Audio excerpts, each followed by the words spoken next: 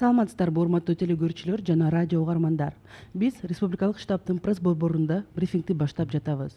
Органдарын алмаштырган бейтаптарды COVID-19 каршы эмдөө жөнүндө медициналык жардамды уюштуруу жана коомдук саламаттык сактоо башкармалыгынын баш кадиси Сутуева Гулясыл Буркановна айтып бермекчи. Здравствуйте, уважаемые телезрители и радиослушатели. Мы начинаем брифинг в пресс-центре Республиканского штаба. О вакцинации против COVID-19 лиц пересадка органов расскажет главный специалист Управления организации медицинской помощи и общественного здравоохранения Сутуева Гулясыл Буркановна. Вам слово. Саламатсыздарбы, урматтуу мекендештер.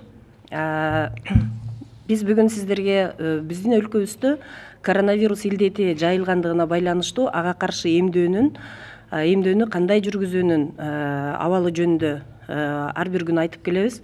Бүгүнкү күндөгү темабыз ошол коронавирус илдети жүргөн мезгилде эмдөөнүн мисалы органдарын алмаштырган адамдарды кантип эмдөө керек экендиги жөнүндө айтып бермекчимин. Кыргызстанда бүгүнкү күндө 600-кө жакын, тактап айтканда 564 киши бүгүнкү күндө органдарын алмаштыруу боюнча учетто турат. Анын 164-ü боорун алмаштыргандар болсо, калганы 400-кө жакыны бул бөйрөгүн алмаштыргандар.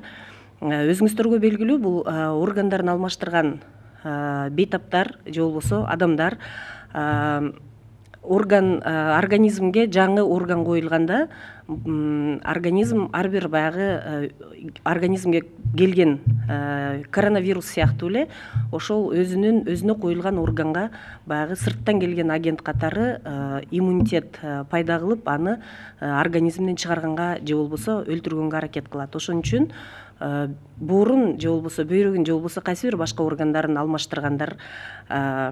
алмаштырган мезгилде сөзсүз түрдө ошол жанагы орусча айтканда чужеродный орган деп коет, ошого каршы организм иштеп чыккан антителаларды басаңдап туруш үчүн биз иммуносупрессор деген дарыларды беребиз.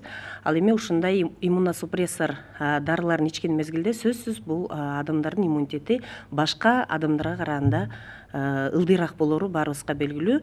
Ошондуктан ушундай мезгилде баягы башка эле элдер вакцинацияны эмдөөнү алыш керек болуп атса, мындай бөйрөгүн же болбосо боорун башка органдарын алмаштырган адамдар сөзсүз эмдөөдөн өтүш керек.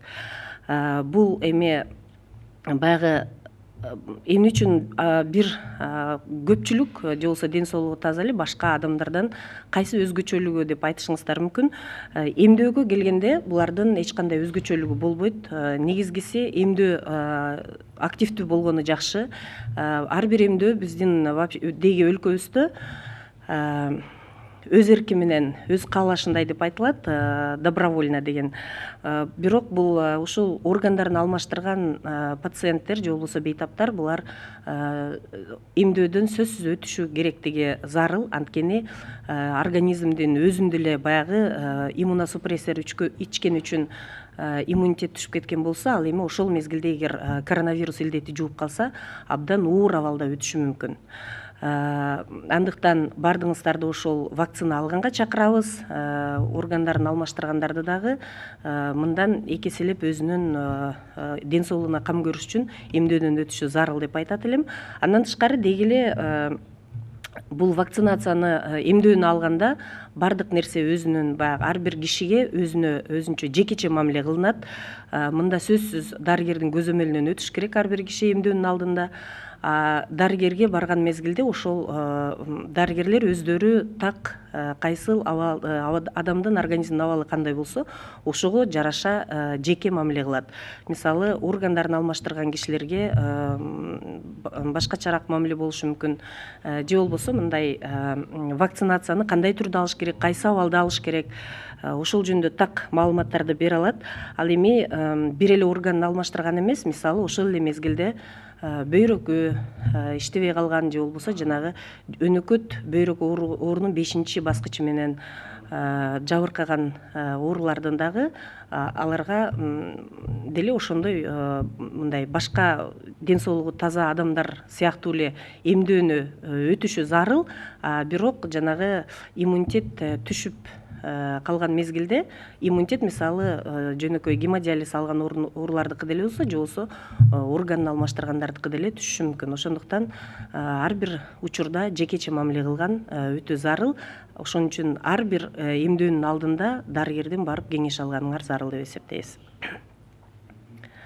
Уважаемые соотечественники, добрый день. Я сегодня хочу вам рассказать о вакцинации в состоянии, то есть у пациентов, у которых произведена трансплантация органов. В нашей стране около 600 человек, точнее говоря, 564 человека на сегодняшний день живут с пересаженными органами.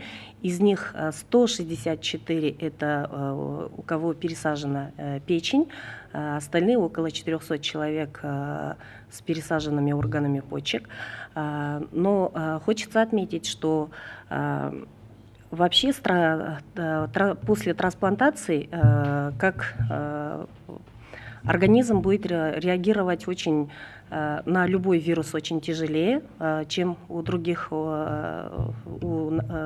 с состоянием нормального здоровья. Да?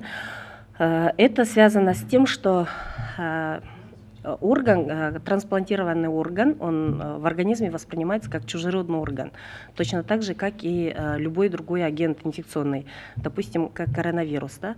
Как коронавирус или как любой другой инфекции, наш организм будет вырабатывать иммунитет или антитела, точно так же к чужеродному органу также будет вырабатывать антитела, и организм очень сам по себе будет стараться отторгать этот орган. Чтобы этого не произошло, пожизненно принимают посттрансплантационные пациенты иммуносупрессоров. Поэтому у таких людей, чем у остальных других, иммунитет всегда ниже, чем у других. В связи с этим вакцинация мы вообще рекомендуем или советуем, чтобы получали вакцинацию. И сами понимаете, что вакцинация добровольна, но мы должны научиться беречь свое здоровье. Поэтому каждый раз, если вообще врачи, когда назначают вакцинацию, они к каждому пациенту подходят индивидуально. Поэтому советуем, чтобы вы обязательно пришли к своему семейному врачу, обсудили любые изменения в своем организме и подойти к вакцинации индивидуально. Но, конечно же, у пациентов с трансплантационными органами, да, советуем, чтобы они обязательно получали вакцинацию, так как сами понимаете, что там в организме обязательно иммунитет низкий из-за того, что они пожизненно принимают иммуносупрессоров. Ну и хочется сказать, что в разной ситуации у каждого организма может быть очень даже разное и индивидуальное, поэтому обязательно нужно посоветоваться со своим врачом. Ну и раз уж это добровольно, но, конечно, если есть чуть-чуть любая проблема в организме, допустим, органы трансплантации, то есть пересажена, или еще какая-то, там, может быть, возможно, 5-я стадия хронической недостаточности почек или других органов, да, нужно обязательно, в первую очередь, надо беречь себя, изолироваться от общества, и в каждом случае нужно подойти индивидуально.